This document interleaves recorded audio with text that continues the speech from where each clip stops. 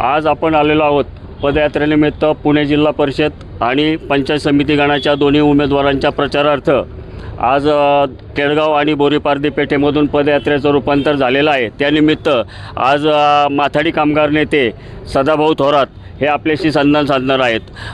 सदाभाऊ, आज आजच्या परिस्थितीला तुम्ही इलेक्शनकडे कसे पाहतात?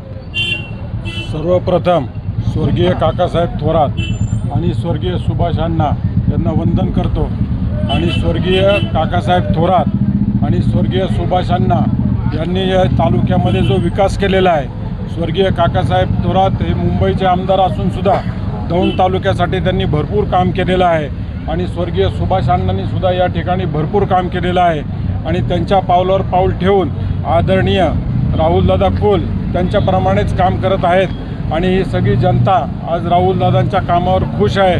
गेल्या 5-6 वर्षामध्ये राहुलदादांचं काम हे या पूर्ण तालुक्यामध्ये गावागावात कानाकोपऱ्यामध्ये पोचलेलं आहे आणि त्यामुळे तुम्ही पाहतात मागे जी जनता आहे ती राहुलदादांच्या प्रेमाखातरच या ठिकाणी जमलेली आहे आणि राहुलदादांना आता आनंददादांची साथ मिळालेली आहे आणि गेले 25-30 वर्ष आनंददादा या ठिकाणी समाजकार्य करत आहेत, सहकाराच्या माध्यमातून करत आहेत, वैयक्तिक करत आहेत आणि त्याचा फायदा निश्चितच आम्हाला या ठिकाणी होणार आहे। सदाभाऊ, तुम्हाला थांबवतोय, दोन्ही उमेदवार हे अतिशय हुशार आहेत। एक सिव्हिल इंजिनियर आहे, एक MBA आहे। यांच्याकडून तरुणांसाठी अपेक्षा काय असतील? नाही, तरुणांसाठी सर्वप्रथम आम्हाला सगळं गाव एक करायचं आहे। हा जो सगळा गट आहे तो एक करायचा आहे।